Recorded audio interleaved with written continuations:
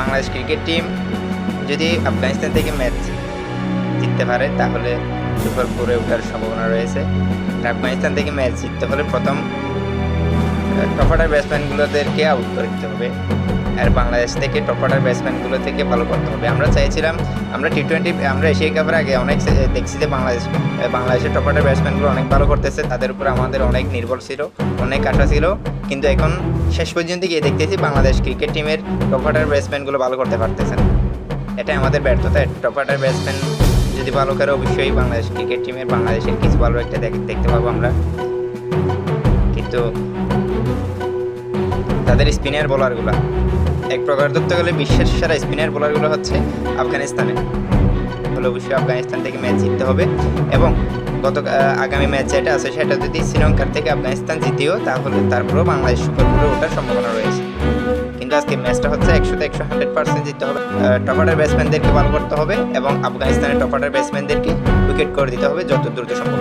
এখন আরেকটা কথা হচ্ছে, টস জিতে আগে কি ব্যাটিং নিলে ভালো হবে নাকি বোলিং নিলে ভালো হবে?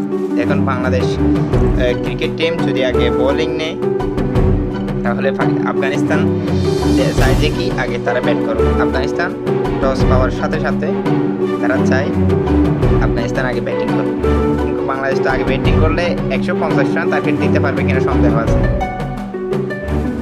তাই বাংলাদেশ এখন আগে ব্যাটিং নিলে ভালো হবে নাকি ফিল্ডিং নিলে ভালো হবে সেটা আপনারা কমেন্টে জানান, কারণ আমি বুঝতে পারছি না বাংলাদেশ ক্রিকেট টিম যদি আগে ব্যাটিং করে তাহলে 150 রানের উপরে টার্গেট দিতে পারবে। আর যদি আগে আফগানিস্তান ব্যাটিং করে তাহলে আফগানিস্তান যদি 150 রান নেয় তাদেরকে ওইগুলো নিতে দিবে না, ওই টার্গেটটা ভাঙতে দিবে না আফগানিস্তানের বোলিংরা। সবাই দোয়া করবেন। আমরা হচ্ছে বাংলাদেশের আবেগী ফ্যান। বাংলাদেশ যতই খারাপ করুক না কেন আমরা বাংলাদেশের ক্রিকেট খেলা না দেখে পারি না। আমরা সবাই হচ্ছে বাংলাদেশের আবেগী ফ্যান। ম্যাচ একটা ভালো করলে 10টা খারাপ করছে, ওই একটার বিনিময়ে আমরা 10টাকে বলেছি। সবাই দোয়া করবেন বাংলাদেশ ক্রিকেট টিমের জন্য। শুভকামনা রইল বাংলাদেশ ক্রিকেট টিম, শুভকামনা রইল লিটন কুমার দাস।